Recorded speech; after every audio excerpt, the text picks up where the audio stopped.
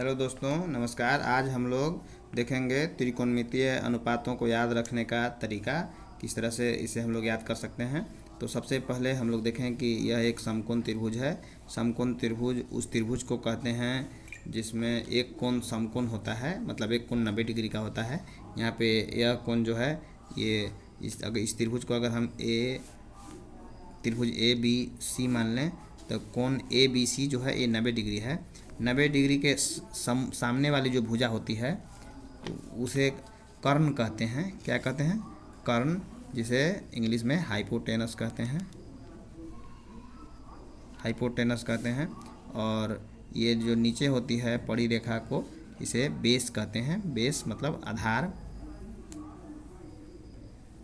आधार कहते हैं बेस।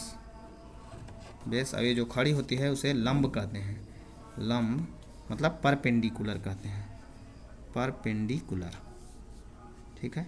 ये देख लिए, इसको आसानी से याद रख सकते हैं दोस्तों। जैसा कि हम लोग जानते हैं कि त्रिकोणमिति में 6 त्रिकोणमितीय अनुपात होते हैं: sine theta, cos theta, tan theta और कोसेक थीटा, सेक थीटा और कॉट थीटा, ठीक है। तो उन्हें कैसे याद कर सकते हैं? अगर आप हिंदी मीडियम के हैं तो आप उसे इस तरह से याद कर सकते हैं, जैसे एल ए एल लाल बटा के ए, मतलब लाल बटा कका। सीधे याद रखिए, लाल बटा क्या याद रखिएगा? कका, कक्का, ठीक है। देखिए, पहला होता है sine theta. Sine theta, sine theta लाल, लाल एल बटा के, एल से लंब, लंब हो जाएगा लंब बटा कर्ण, ठीक है। समझ गए? इसी को अगर आप इंग्लिश में याद रखना चाहते हैं तो याद रख सकते हैं पंडित बद्री प्रसाद हरि हरि बोल, ठीक है।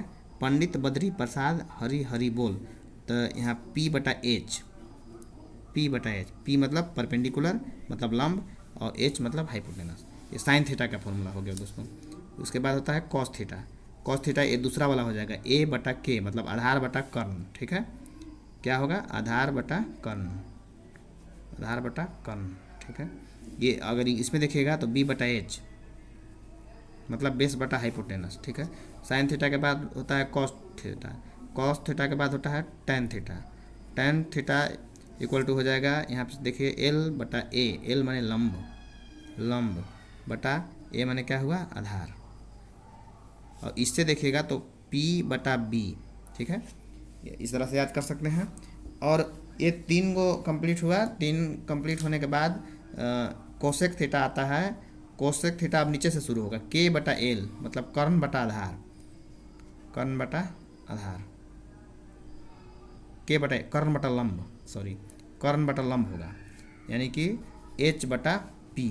कोसेक थीटा H बटा P होगा। उसी प्रकार से सेक थीटा हो जाएगा K बटा A मतलब कर्ण बटा आधार, ये आधार होगा, ठीक है। ये यहाँ से देखेंगे तो H बटा B, H बटा B। और एक होता है कॉट थीटा। कॉट थीटा ये हो जाएगा A बटा L मतलब आधार बटा लंब। क्या होगा दोस्तों? आधार बटा लंब, ठीक है।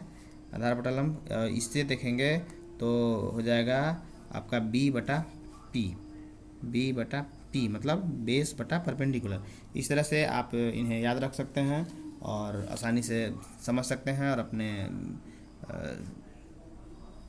मस्तिष्क को इसको याद रख करके आप आगे बढ़ सकते हैं। और आगे और इससे संबंधित ट्रिक अगले दिन बताऊंगा।